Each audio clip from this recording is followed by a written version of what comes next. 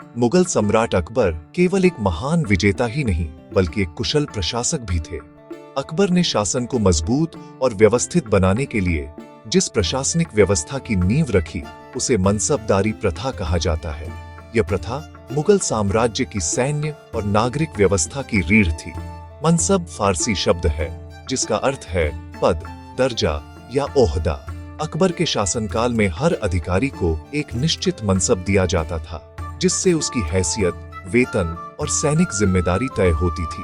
अकबर ने यह प्रथा 1665 ईस्वी के आसपास शुरू की।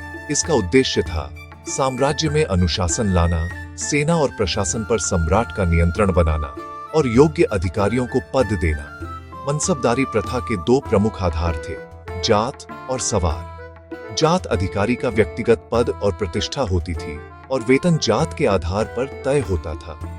जितनी अधिक जात उतना ऊंचा पद। सवार का अर्थ था अधिकारी को रखने वाले घुड़सवार सैनिकों की संख्या।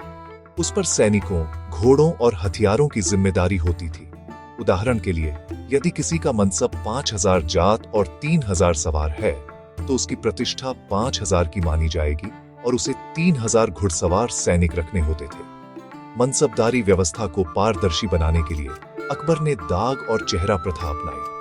दाग प्रथा के तहत घोड़ों पर सरकारी निशान लगाए जाते थे और चेहरा प्रथा के तहत सैनिकों की व्यक्तिगत पहचान तय की जाती थी।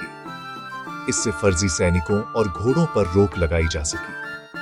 मनसबदार दो प्रकार के होते थे, नागरिक मनसबदार जो प्रशासनिक कार्य देखते थे और सैन्य मनसबदार जो युद्ध और सुरक्षा की जिम्मेदारी निभाते थे। मनसब वंशानुगत नहीं था। सम्राट जब चाहे मनसब बढ़ा या घटा सकता था।